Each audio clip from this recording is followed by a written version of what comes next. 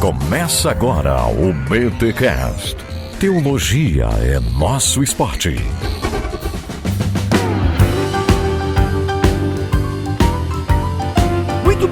Muito bem. Começa mais um BTcast BT Week NVT. Eu sou o Rodrigo Bibo e eu estou alegre. Tá certo. E eu sou Alexandre Melhoranza. E eu espero que estejamos todos presos na alegria do Senhor. Eu sou Cacau Marques e o que Paulo disse pro esquilo? Que é nozes?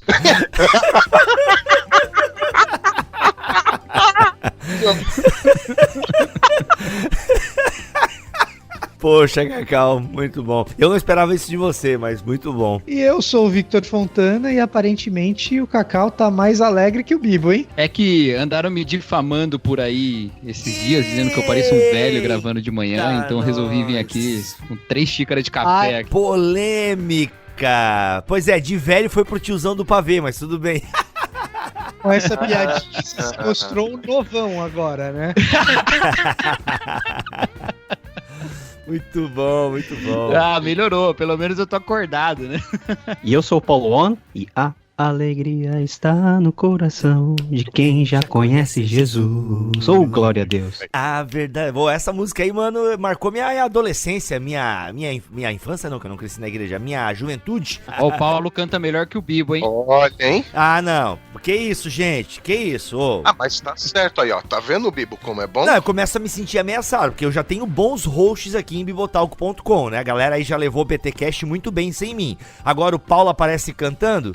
Daqui a pouco eu vou ser só um nome aí eu posso até me aposentar, o que pode ser bom também. Gente, estamos aí mais uma BT Week, isso mesmo, podcast todos os dias aqui em bibotalk.com. E esta BT Week chega até você graças à editora Mundo Cristão e a sua maravilhosa obra, a NVT, a nova versão transformadora. Então nessa semana nós vamos passear pelo livro de Filipenses e vai ser uma semana muito bacana, edificante, porque a gente vai olhar para essa carta, vamos nos deter nessas palavras de Paulo e hoje nós vamos fazer uma introdução à carta de Paulo aos Filipenses. Você que acompanha aqui o Bibotalk já está acostumado com a série Aliança, que é uma série onde nós analisamos os livros da Bíblia. Então, bem-vindo a mais um episódio da série Aliança, aqui dentro da BT Week NVT. Mas antes, uns recados importantes, anota aí.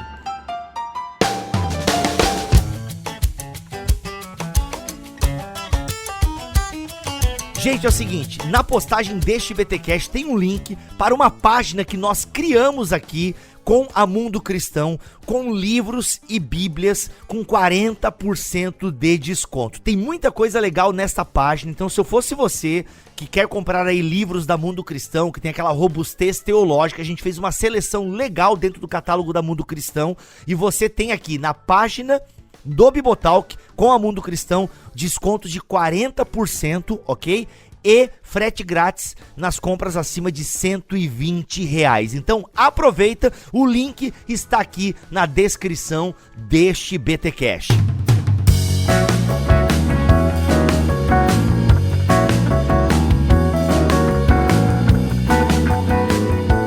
É isso, gente, vamos então caminhar pela carta de Paulo aos Filipenses e, óbvio, para nós começarmos essa conversa, tem toda uma introdução que é necessário nós fazermos. E a primeira coisa que eu gostaria de lançar para os amigos da mesa aqui é a questão do gênero literário.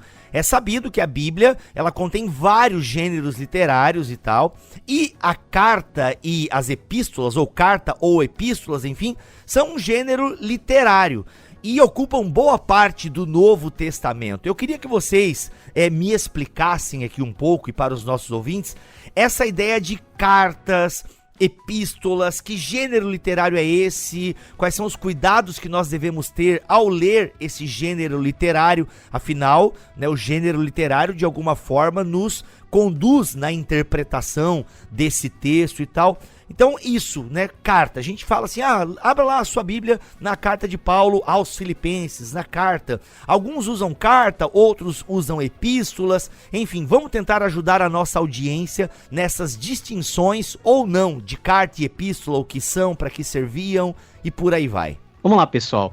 Carta e epístola aqui, a gente pode tratar como sinônimo, tá? Pessoas mais velhas, de um tempo mais anterior, e até as nossas versões anteriores, usam a palavra epístola, que é a correspondência do termo mesmo, no grego, que significa basicamente carta. E as cartas eram muito importantes na antiguidade. O fenômeno, né, epistolar, não é algo restrito ao Novo Testamento. No Antigo Testamento, pelo menos na sua parte final, nós já temos algumas movimentações, pessoas enviando cartas, pessoas se correspondendo. Isso foi uma grande inovação literária da humanidade, que tinha como objetivo comunicar-se à distância. E um dos objetivos mais importantes de qualquer tentativa de comunicação é você tornar a sua mensagem audível e inteligível para pessoas que talvez estejam numa distância que te impossibilita de estar presencialmente.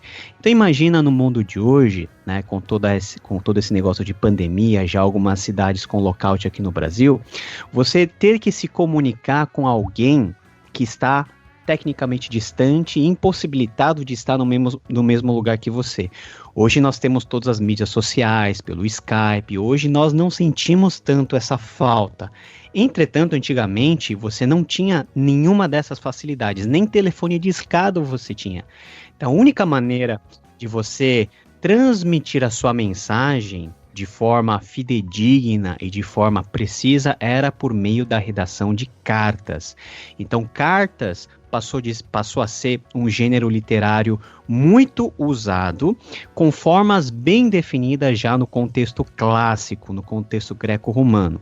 E Paulo usa todas as convenções que estavam disponíveis à sua época, não somente para se comunicar com igrejas que estavam tecnicamente distantes do seu alcance físico, mas também, e aqui está a grande inovação do apóstolo Paulo, de responder a situações e a questionamentos pontuais de cada comunidade, embebidos da sua concepção teológica sobre Cristo, sobre a vivência dos cristãos dentro do reino, sobre a ética. E essas cartas, todas elas, não só de Paulo, mas na maioria paulinas, se transformaram aí uma parte considerável do Novo Testamento, tá? Se nós temos na primeira parte os evangelhos que narram a vida de Jesus, o segundo bloco considerável são todas as reflexões teológicas que nascem de necessidades pontuais reais, comunicadas de forma à distância por meio dessas cartas ou dessas epístolas. Então, por exemplo, Scott McKnight, que é um pensador, um teólogo do Novo Testamento da nossa atualidade no mundo de fala inglesa. E diga-se de passagem, seria um ótimo nome para super-herói. Eu acharia legal um super-herói com esse nome. Enfim, só um registro aí. Pois é. E ele vai dizer o seguinte, que as cartas no mundo de Paulo eram a presença encarnada e registrada do seu autor, nesse caso, o próprio apóstolo Paulo. Então, a carta, quando lida em público, era a presença real da pessoa, era como se a pessoa estivesse lá, era como se tivesse um holograma da pessoa lendo o conteúdo dele. Tal era o poder dessa forma de comunicação que foi desenvolvida aí pela humanidade, mas apropriada de forma tão sábia pelos nossos autores bíblicos, principalmente o apóstolo Paulo. Ô Paulo, tu tá falando aí de carta, epístola e meio que usando os termos intercambiáveis, né, como sinônimos e tal. Por exemplo, se eu pego uma carta de Paulo aos Filipenses, é uma carta que tem uma pessoalidade bem latente mesmo, como uma carta como a gente entende hoje. Eu vou mandar uma carta pro Vitor lá em Fort Lauderdale. Eu usei o Vitor aqui como exemplo só para citar o nome da cidade dele que eu aprendi a falar, ou da região, do condado, sei lá o que é aquilo ali. Eu falei bonito, Vitor? Fort Lauderdale? Ficou legal? Falou bonito, Obrigado. e a cidade, O condado é o condado de Broward. Esse aí eu não treinei, aí não vou falar. Então eu tô mandando lá uma carta pro Vitor em Fort Lauderdale e tal. Vai ser uma carta bem pessoal, né? Pô, e aí, Vitor, papapá, vou contar coisas minhas e, enfim, anseios e por aí vai, como eu faço com ele pelo WhatsApp e por aí vai. Agora, se eu pego uma carta de Paulo aos Romanos, eu já sinto um tom um pouco diferente, né? A carta de Paulo aos Romanos parece ser muito objetiva, ela não é um compêndio teológico, é uma carta de Paulo aos Romanos, tanto que tá lá a todos os destinatários no capítulo 16. Mas é uma carta que não tem tanta pessoalidade como Filipenses, por exemplo. Isso é tranquilo, mesmo assim, continua sendo carta, porque alguns mais antigos, como o Paulo citou, fazem um pouco essa distinção. Carta é um pouco mais pessoal, epístola, ela já tem um tom um pouco mais didático, mais pedagógico, didático, assim, de querer ensinar mais coisas e tal, enfim. Então, Bibo, na real, cara, assim, se você for pegar os estudos epistolares atuais, principalmente depois que surgiu a crítica retórica, né? Que é a tentativa de analisar as cartas, principalmente as cartas paulinas, mas de maneira geral a literatura bíblica, de acordo com os padrões retóricos de escrita da antiguidade clássica, né? E tem muita coisa que realmente se encaixa. Aparentemente os autores bíblicos tinham algum tipo, pelo menos a maioria deles, Lucas e Paulo com certeza, algum tipo de educação helenística que fazia com que existisse uma padronização de estilo no jeito de se escrever, né? E aí quando se introduz a crítica retórica para se definir subgêneros das epístolas do Novo Testamento, a discussão vai muito além de você ter uma epístola que é mais didática ou algo que é mais pessoal, né? A própria epístola de Filipenses, existe algum debate em relação a isso. Muitos classificam o estilo de literatura da epístola aos Filipenses como uma epístola de amizade, enquanto Romanos, que você citou, seria uma carta diplomática, e ela segue em diversos aspectos padrões de um embaixador, o que faz muito sentido, já que Paulo não fundou a igreja em Roma, ele não planta a igreja em Roma, enquanto que a comunidade cristã em Filipos foi introduzida pela evangelização de Paulo na segunda viagem, né? Na sua segunda viagem missionária. Então, o que acontece? Hoje, você falar em epístola ser algo mais didático, enquanto carta é algo mais pessoal. Não, todas são cartas, todas do Novo Testamento são epístolas, agora elas variam em termos de subgênero, e aí você tem uma série, uma grande variedade, na verdade, de estilos retóricos dentro das próprias epístolas paulinas, né, variações importantes. E no caso específico dessa carta aos Filipenses, você tem um trecho bastante razoável dedicado a informações pessoais, como se fosse um boletim informativo de um missionário, vamos dizer assim. Você tem uma parte significativa, que é até o finzinho ali do capítulo 2, então os capítulos 1 e 2, você tem ali uma saudação, que a maioria das cartas de Paulo começa com essa saudação importante para a igreja e tal, até o fim do capítulo 2 é como se fosse um boletim missionário, mas a partir do capítulo 3, você tem sim uma grande orientação a respeito de doutrina, de falsos ensinos, de experiências práticas de vida, que acabam que tornam essa distinção antiga entre carta e epístola uma distinção difícil de se fazer, porque aqui em Filipenses, por exemplo, você encontra esses dois aspectos muito fortes, tanto a questão do tratamento interpessoal, quanto a questão de lidar doutrinariamente com casos específicos dentro da igreja. E quando você volta para Romanos, que é muito, entre aspas, doutrinário, você só tem essa impressão porque em Romanos, Paulo realmente inverte essa ordem e ele vai tratar das questões mais pessoais da igreja em Roma a partir do capítulo 13. Só que do capítulo 1 até o capítulo 11, ele estava fazendo teologia voltado para os problemas pessoais da igreja em Roma. Ele está resolvendo questões da igreja em Roma que experimenta algum tipo de tensão, que a gente observa bem no capítulo 14, né, mas algum tipo de tensão entre judeus cristãos e gentios cristãos dentro da cidade de Roma. Toda a argumentação do capítulo 1 até o capítulo 11 tem esse pano de fundo.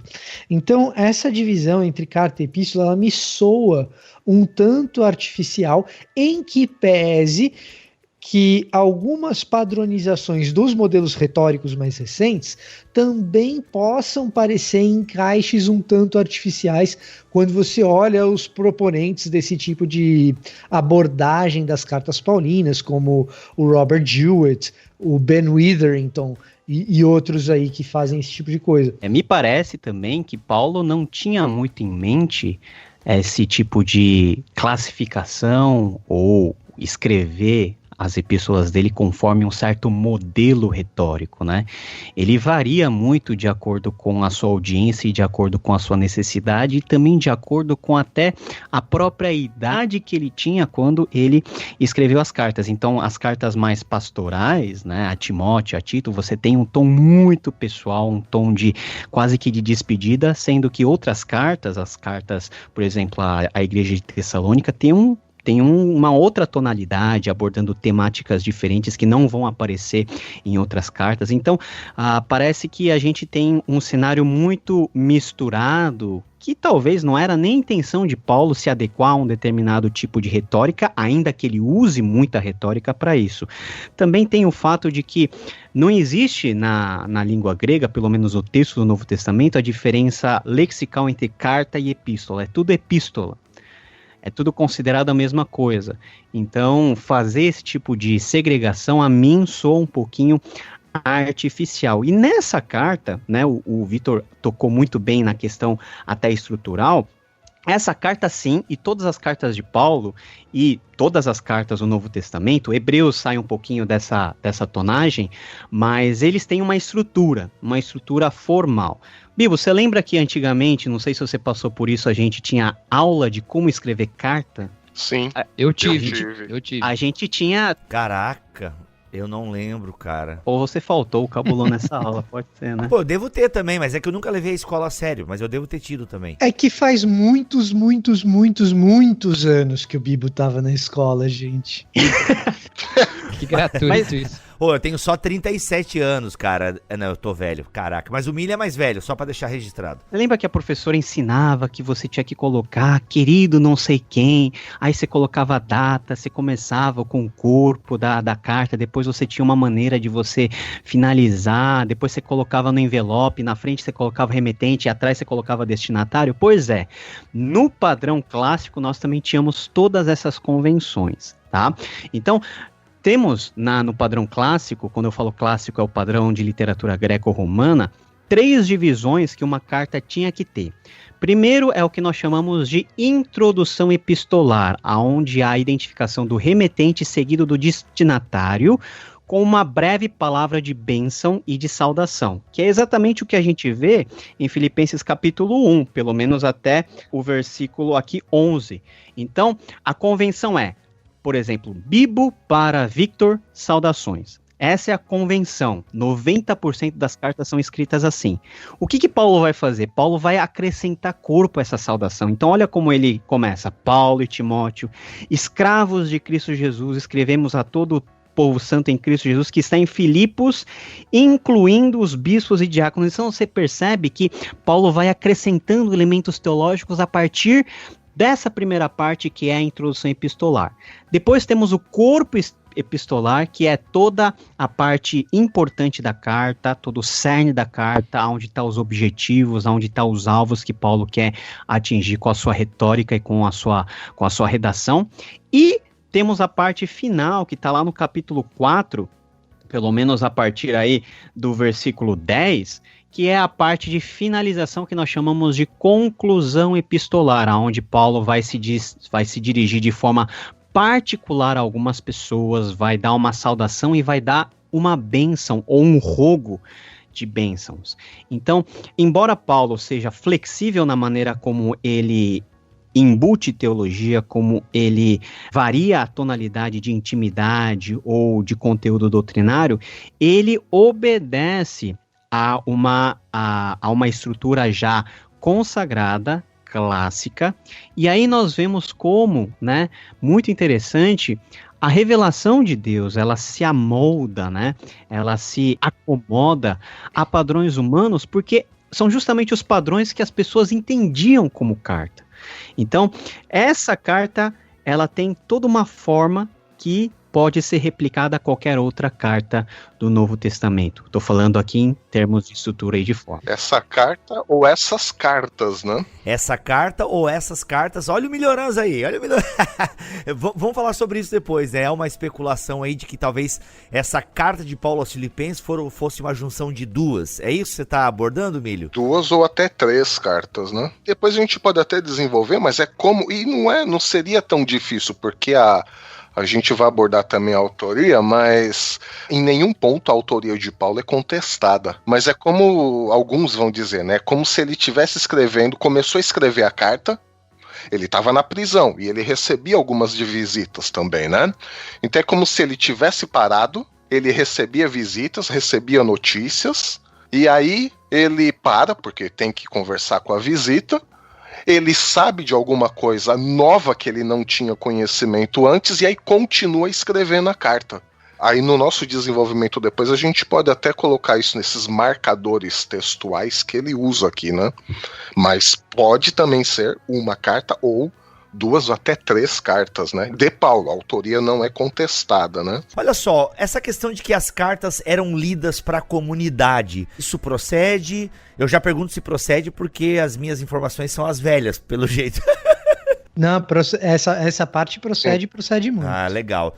Não apenas procede a questão da leitura para a comunidade, como também havia a questão da cópia e a transmissão para outras comunidades. Então, sim, isso procede. E digo mais, não somente as cartas eram lidas, mas todo o conteúdo do Novo Testamento era lido em comunidade, evangelhos e tudo mais. Até porque os próprios evangelhos, de certa maneira, eles eram missivas também. Não nos moldes do que são as cartas paulinas, mas eles eram correspondências. Os evangelhos, quando foram escritos como correspondências, né? Nós temos exemplo disso em especial quando Lucas faz dedicatória, entendeu? Então, os evangelhos também têm essa característica de missiva, e o livro de Apocalipse também tem essa tônica, né? Das cartas às igrejas da Ásia e tal. Sim. Até o Lucas escreve para quem mesmo? O amado de Deus, como é que é o nome do cara? Teófilo. Teófilo, isso, justamente. E há quem diga até que isso provavelmente era lido realmente por outras pessoas e tal. É muito legal, muito bacana mesmo. O Milho falou da questão de outras igrejas lerem as cartas. Há essa especulação realmente em relação a Filipenses, Colossenses, a Laodicenses, né? Tipo, se fala aí de uma carta de Paulo aos Laodicenses que a gente não tem, até acho que tem um pseudepígrafe, né, aos Laodicenses e tal, mas que não tá no nosso cânon. Realmente a gente consegue ver dentro do texto bíblico essa possível correspondência, com base no que a gente afirma isso, que havia uma correspondência entre essas igrejas com as cartas de Paulo? Então, Bibo, a evidência de que há troca de correspondências entre as comunidades cristãs do primeiro século, ela não é interna do texto, mas a quantidade de manuscritos que nós temos indica que rapidamente as comunidades entenderam que aqueles textos eram importantes o suficiente para que eles fossem trocados entre si. E rapidamente aparece a ideia de um corpus paulino, ou seja, um conjunto de documentos de Paulo viajando juntos dentro de como se fosse um primeiro mini-cânon ao redor do primeiro século. Além disso, 2 de Pedro nos dá alguma evidência de que os escritos de Paulo, as coisas que Paulo escrevia, eram de conhecimento mais ou menos geral entre as comunidades cristãs. Pode crer, que eram até difíceis de ler, né? O Pedro dá uma falada, né? Uhum. Exatamente. Se Pedro está dizendo que as coisas que Paulo ensina, as coisas que Paulo escreve, as coisas que Paulo diz são usadas assim, assim, assado, é sinal de que os ensinamentos de Paulo já são difundidos entre as comunidades. Então a gente tem alguns elementos. Interno do texto é pouquinha coisa, mas a gente tem alguns elementos de conjunto de cópias que nos levam a esse tipo de conclusão. E não somente eram recebidas, mas nesse caso específico de 2 Pedro, Pedro ele coloca no mesmo patamar essas tais escritas de Paulo com os escritos do Antigo Testamento. Então a gente já tem uma evidência interna ao texto do Novo Testamento, em que já nessa época, algumas cartas de Paulo eram reconhecidas como texto canônico e normativo nas igrejas. Uma escritura sagrada, né? Uma escritura sagrada. Sim, até isso quebra alguns argumentos que o pessoal fala, não, Paulo escrevia a carta e não tinha intenção de ser canônico. Sim, é claro que são tons pessoais, como Filemon, por exemplo, é bem pessoal, bem específico mesmo, só que esse texto de Pedro evidencia essa ideia de que Paulo não escrevia só uma carta aos filipenses. Paulo sabia da dimensão do seu trabalho e do seu chamado, né? Fica evidenciado, até onde eu entendo, por esse comentário de Pedro.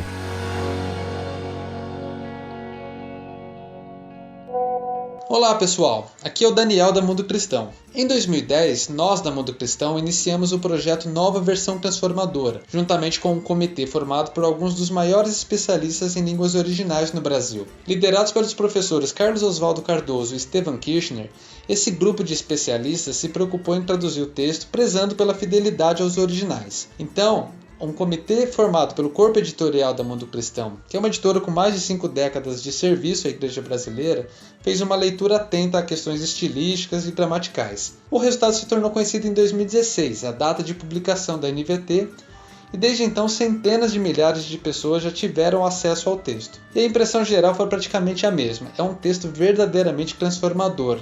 Será que não é hora de você também conhecer a NVT?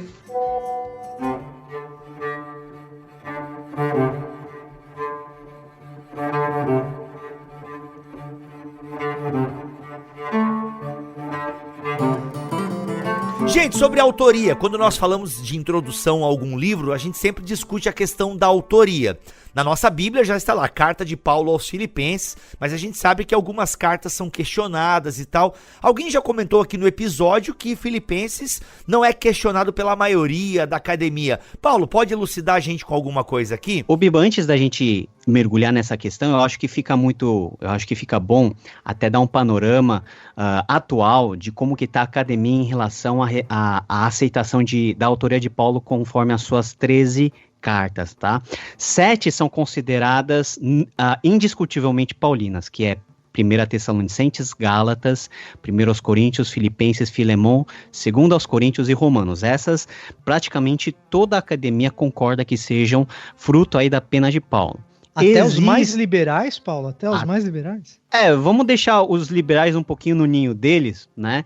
Porque os liberais vão discutir de tudo, né? E existem várias nuances. Mas assim, Paulo existiu. Se Paulo existiu, se Jesus existiu, se Deus existe, aí a discussão vai longe. Mas, grosso modo, essas são as incontestáveis. Temos algumas outras cartas onde temos dúvidas, e o campo está um pouquinho dividido, que é Colossenses e 2 Tessalonicenses, tá? Que é também uma pedra aí no sapato. Alguns, e aí a gente entra no terreno também dos liberais, mas muita gente erudita também do meio mais conservador, vai considerar como pseudepigráficos as cartas de, olha só, o pessoal vai ficar com o cabelo em pé, Efésios, 1 Timóteo, 2 Timóteo e de Tito também. Caraca. Então, não há um consenso geral da autenticidade quanto à autoria em todas as cartas. Existe discussão e uma discussão acalorada já há 2 séculos com relação a essas coisas. Aí entra as tais cartas perdidas de Paulo, que são mencionadas no próprio Corpus Paulino. Por exemplo, temos as correspondências a Corinto, a 3ª carta aos Coríntios, né? Ou até uma quarta. A 1 carta. Coríntios, na verdade, é 2 Coríntios, né? Pois é, uma carta anterior. Essa 1 Coríntios que foi perdida, tá lá em 1 Coríntios 5:9 a referência. Temos várias outras referências. E 2 Coríntios são 2 cartas. Pode ser 2 cartas. Olha, eu estudei esse tema, pode ser até 4. Então você é mais liberal que eu ainda. Não, é o que eu ouvi. Foi um passarinho que me contou. Eu não creio nessa história, não. Até porque a minha tese de doutorado seria justamente falar da unidade de 2 Coríntios. E não dessa divisão. Amém. Aí temos... Amém. O Bibo fez referência à tal da Epístola aos Laodicenses, né? Cadê isso daí? Tá lá referenciado em Colossenses 4,16. Então, quem achar alguma coisa vai ganhar o prêmio de biblista do ano, porque essas cartas são só mencionadas e pela provisão de Deus não vieram à tona e provavelmente nunca vão vir porque já viraram pó há muito tempo. Legal. Não, mas aí elas entrariam no cânon, né? Logicamente. Ah, não sei, viu? Outra discussão que a gente tem também quando se fala em relação à carta e tudo mais é a data, né? Afinal, alguém escreveu, beleza, Paulo, ok. E onde ele escreveu e quando ele escreveu. Então, data e local são coisas discutidas em relação a esse gênero literário das cartas. Aliás, qualquer escrito, né? E aí, onde Paulo estava? Era uma prisão em Roma? Não era? O que a gente pode falar para nossa audiência aí de relevante em relação à data e local? A primeira coisa é que ele é um prisioneiro. Isso Paulo repete aí pelo menos por 3 vezes. Capítulo 1, versos 7, 13 e 16. Agora, a questão da situação de Paulo é essa. Ele estava preso. A partir daí, onde ele estava preso? Então, até onde eu vi, e aí vocês poderão me corrigir, nós temos pelo menos 3 hipóteses. Ou Roma, ou Cesareia, e alguns chegam até a colocar Éfeso como lugar de origem da carta, né? Inclusive, Éfeso começa a ganhar cada vez mais adeptos. Mas eu creio que, academicamente, Roma e Cesareia ainda disputam, né? A questão aí da prisão de Paulo. Roma, digamos que aí tem o peso da tradição, a maioria vai dizer aí, até por causa da referência de Paulo à guarda pretoriana, mas eu não acho que isso seja um argumento tão relevante, embora seja um argumento válido, claro, mas não para definir Roma como o lugar de escrita, mesmo porque tudo ali era Império Romano. Onde tem Império Romano, você tem ali, dependendo da cidade, da importância daquela cidade, você tem um destacamento especial da guarda pretoriana, que não necessariamente estava em Roma, ou apenas em Roma. E Filipos era uma dessas cidades que recentemente havia ganhado um status especial. A pequena Roma? Exatamente, porque antes ela era uma cidade como qualquer outra cidade e recentemente, quando eu digo recentemente, na época de Paulo, ela tinha ganhado esse status de colônia romana. Inclusive, esse pode ser um dos indícios também, ou um dos assuntos, já que Paulo não tem um único assunto nessa carta, né? Um dos assuntos pelos quais ele escreve aos filipenses, quando ele diz assim, Filipenses, a nossa pátria está nos céus. Né? Então, por que ele diz isso? Porque agora, com esse novo status de colônia romana, pode ser que alguns irmãos tenham se enchido de orgulho, né? Agora nós somos romanos também, né? Aí Paulo, como que dizendo para eles, gente, baixa a bola, tá? Porque uma, eu também sou romano, e outra, a nossa pátria está nos céus. Mas voltando aqui, Roma, na verdade, tem ainda o peso da tradição. Cesareia, em termos, depois vocês vão poder desenvolver cada um desses subtópicos, né? Roma tem o peso da tradição, Cesareia tem a seu favor, né, a questão de que Paulo foi mantido como prisioneiro lá por 2 anos, né? É um fato narrado até no livro de Atos, e ele tinha até um relativo acesso limitado, claro, aos seus amigos. Só um adendo que é interessante, porque quando a gente fala em prisão, galera, eu tava conversando com o André Heinck, e prisão naquele tempo, uma prisão romana, né, se for Roma, mano, tá mais pra um calabouço, assim, só pra vocês entenderem o nível da parada, e que Paulo, estando num calabouço, numa prisão com condições bem complicadas, escreve uma carta falando de alegria, né? Só um adendo aí que esse negócio de ser uma carta de prisão, como isso é claro e indiscutível, né? Independente de onde seja, a gente não pode pensar numa prisão muito bacana. Paulo teve uma prisão domiciliar depois, que daí talvez era um pouco diferente, mas nessa prisão aqui de Filipenses, a parada era tensa, mano. Mas não, sendo em Roma, não pode ser essa prisão do final de Atos? Não sei. Boa pergunta. Eu já vi alguém falar isso em algum lugar. Olha aí, olha aí. Se for a prisão em Roma, é a prisão lá mais pro final mesmo, Cacau. Você tem razão nisso daí. Agora, a questão é a seguinte. Primeiro, a gente está assumindo aqui a integridade da carta. Então, foi tudo escrito na mesma prisão? Essa é a primeira pergunta a se fazer. Uma vez que a gente está assumindo que a carta foi integralmente escrita na mesma prisão e ela é um documento só, ela não é uma junção de documentos, se a gente está falando de Éfeso, é um documento mais antigo, lá pelo ano 55, por aí, né?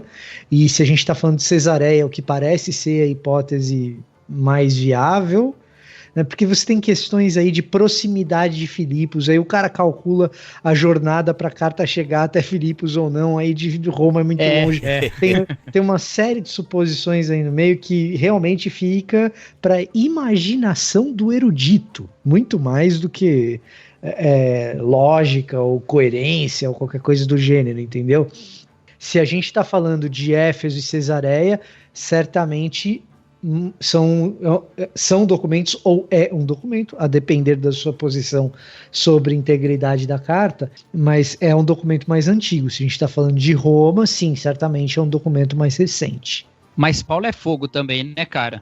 Ele gasta um tempão aí botando teologia na abertura da carta e nem pode dizer de onde que ele tá escrevendo também, né? Meu Deus do céu. Podia ajudar nós, né, mano? Paulo não vai fazer isso em nenhum lugar. Paulo não vai fazer isso. Por isso que é o escravo de Cristo, não sei o que lá.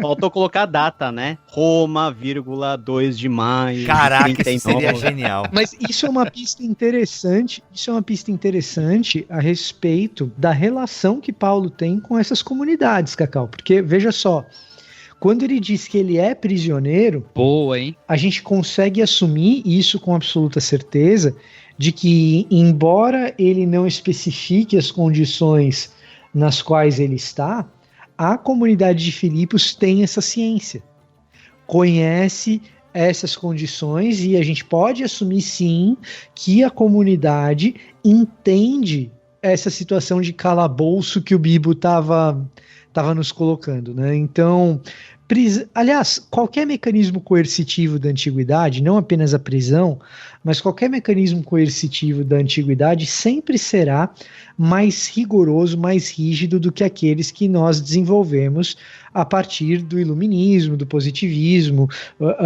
de 200 anos para cá, certo? Então, certamente faz bem que a gente entenda que essas condições de prisão, mesmo na Antiguidade Clássica, não respeitam a Declaração Universal de Direitos Humanos, até porque seria um gigante de um anacronismo, certo? Então, não pense num complexo presidiário privatizado no interior do Texas, que você viu em Prison Breaker ou em Oz. Olha só o que a NVT de estudo diz aqui em relação a data e local. Não há consenso a respeito da data nem do local da redação das cartas da prisão. Efésios, Filipenses, Colossenses e Filemão. Embora Paulo afirme tê-las escritos na cadeia, são tradicionalmente associadas a Roma, né, como a gente falou até aqui, tradicionalmente associadas a Roma, onde Paulo ficou preso em 2 ocasiões, de 60, né, entre 60 e 62, entre 64 e 65 depois de Cristo. Mas em tempos mais recentes, estudiosos têm argumentado em favor de Éfeso. Entre 53 e 56 depois de Cristo, durante o período de 2 a 3 anos em que Paulo permaneceu entre os efésios, enfrentou muita oposição e sofrimento. Voilá!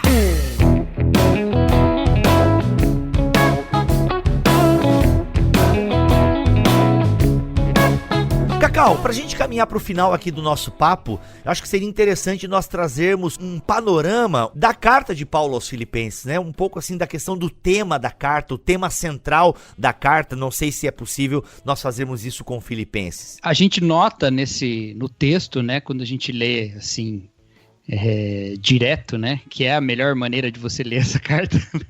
A gente nota o carinho que Paulo tem pela igreja, a gente nota a forma afetuosa com que ele fala, a gente vê também uma preocupação do apóstolo de dar ânimo, digamos assim, de encorajar a igreja a continuar firme na sua vida santa, né, na prática da vida cristã. A gente sabe lendo a carta, que Paulo recebeu uma oferta dos filipenses, não é? Que chegou lá pelas mãos de Epafrodito, e ele escreve essa carta em resposta a essa oferta, trata alguns temas, inclusive locais lá, mas há uma preocupação bem nítida, assim, de estimular essa igreja. Por causa da perseguição que crescia, né? E a igreja podia estar enfrentando, inclusive, essa perseguição lá, e por causa da sua própria condição, né? Então, é muito interessante essa contradição que sempre é ressaltada quando essa carta é mencionada. Paulo preso, falando sobre alegria, falando sobre ânimo e tal, e ele mostra, como ele mesmo diz, como Deus reverte o mal em bem. Então, aquilo que podia ser visto pela igreja como derrotas pontuais do movimento de Cristo, na verdade, ainda eram evidências de que Deus estava no controle sobre todas as coisas. E isso é muito bonito nessa maneira como o apóstolo Paulo fala com eles, né? Inclusive, eu queria, não sei se eu emendo agora, eu ia falar antes, mas aí eu perdi o bonde, mas vou falar agora então. Nisso tudo que foi falado porque às vezes as pessoas pensam assim, puxa, mas toda essa parte de contexto, de estilo, isso é tão inútil para minha vida, porque eu já tenho o texto na mão, né? Por que eu não posso só ler o texto? Você pode, claro que você pode, ele vai ser edificação. Mas tem algumas coisas muito bonitas que a gente pode tirar de tudo isso que a gente falou agora, né? E uma das coisas é como Paulo se dedica na própria arte de transmitir essas palavras. E por que isso é especialmente importante para nós? Porque eu acredito que os pastores dessa geração, e os crentes em geral, mas especialmente os pastores, está na geração que mais escreve da história. Porque a gente está o tempo todo escrevendo no WhatsApp, a gente está o tempo todo escrevendo em rede social. Então, quanto mais a gente entende da própria prática da escrita e quanto mais recurso nós temos para dominar a palavra escrita, melhor nós cumprimos o nosso ministério escrito, que tem uma porcentagem muito grande do nosso ministério hoje. Então, Paulo fazia de tudo para dominar o estilo e conversar com a igreja, e colocar teologia onde não se coloca e deixar as coisas bem escritas, né? Ainda com as limitações que a gente sabe do grego paulino, mas com toda a riqueza que ele podia colocar. E isso deve nos estimular também a saber usar os emojis, por exemplo, da vida, né? A saber usar os memes. Os memes, exato. Inclusive, eu vou contar uma coisa aqui, ninguém usa meme nessa internet cristã como o senhor Vitor Fontana, entendeu? Porque o Vitor, nesse período pandêmico, ele acha que ele não percebeu o que ele estava fazendo, mas eu percebi. Ele estava usando meme para encorajar os seus irmãos. Olha esse E foi cara. bênção de Deus a maneira como o Vitor usou meme falando comigo no WhatsApp, mano. Então, a gente tem que entender também, claro, a questão do meme não tem a ver, Paulo não tá fazendo meme ali em Filipenses, né? Mas a gente tem que entender também que isso faz parte do nosso ministério, né? E saber fazer isso para encorajar, aconselhar os nossos irmãos e até saber evangelizar, saber colocar nossas ideias em forma escrita, porque hoje é uma parte muito grande do nosso ministério. Esse negócio do meme eu aprendi com um presbítero de uma igreja brasileira aqui no sul da Flórida, que é o Thiago Silva. O Thiago é o cara que ele chega e fala assim, um dia tá ruim, manda um meme pra alguém. Gente, esse é um ponto aqui que me veio na cabeça enquanto o Cacau falava, né, dando aí uma síntese da carta e depois trazendo esse adendo maravilhoso, é que a questão de escrever, hoje em dia é muito fácil de certa forma, né, a gente tem questão digital aí, a gente pode escrever sem parar o quanto a gente quiser, mas Paulo tinha uma limitação do material. Que material que era utilizado para essas cartas naquela época? Já era o pergaminho, um pouco mais resistente, mas o pergaminho era caro? Será que Paulo utilizava papiro?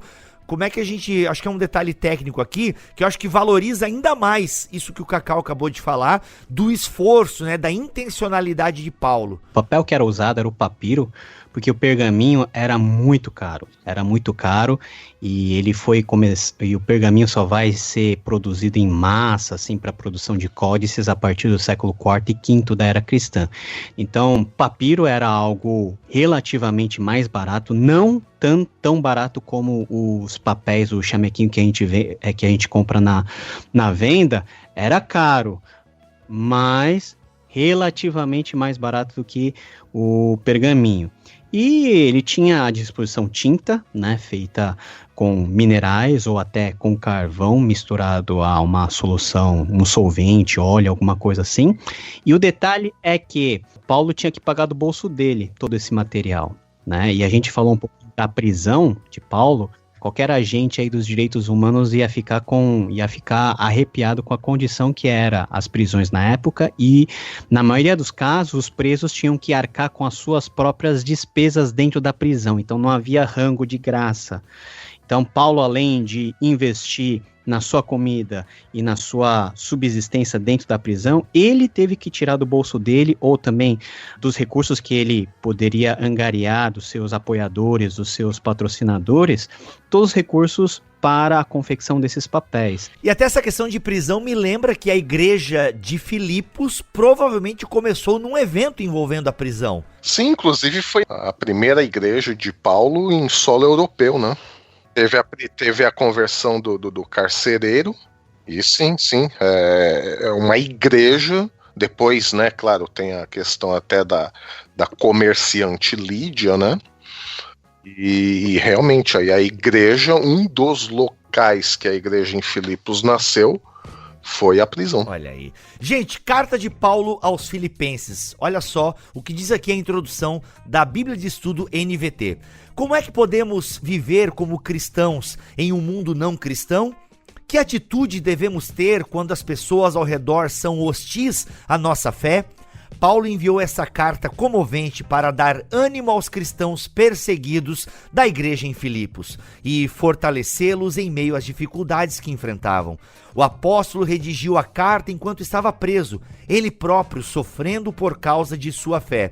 Mas escreveu com alegria e mostrou que o cristão pode ser fervoroso na caminhada com Cristo, quaisquer que sejam as circunstâncias. Estamos apenas começando a BT Week NVT e você vai caminhar com a gente por essa carta linda de Paulo aos Filipenses até a sexta-feira. Lembrando, gente, que nós temos um link aqui da Mundo Cristão no site do Bibotalk com vários livros, com várias NVTs com desconto. Então, acessa o link para você conhecer aí essa página com livros da Mundo Cristão, está aqui na descrição deste BTcast, ok? O BTcast 341, entra nessa postagem que aqui vai estar o link para você ver essa lojinha que a gente montou correndo aqui com a Mundo Cristão, mas com descontos muito legais, vários livros bacanas e, é claro, a partir de R$120, frete na faixa. Beleza? Meus amigos, vamos caminhar para o capítulo 1 amanhã e conto com vocês aí. Obrigado a todos vocês aí que participaram da mesa, tamo junto. Cacau, Vitor, Milho, Paulo, tamo together, é nóis. Voltamos amanhã, permitindo Deus. Amém. Sim. Quem não disse sim, fiquei preocupado, hein? Gente, voltamos amanhã, se Deus quiser e assim permitir. Fiquem todos na paz do Senhor Jesus.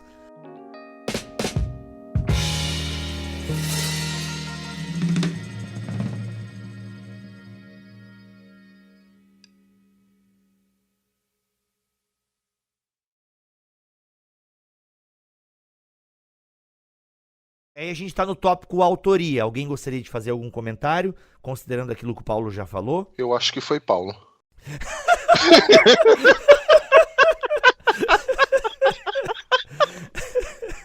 Foi boa, amigo, foi boa. Este podcast foi editado por Bibotalk Produções.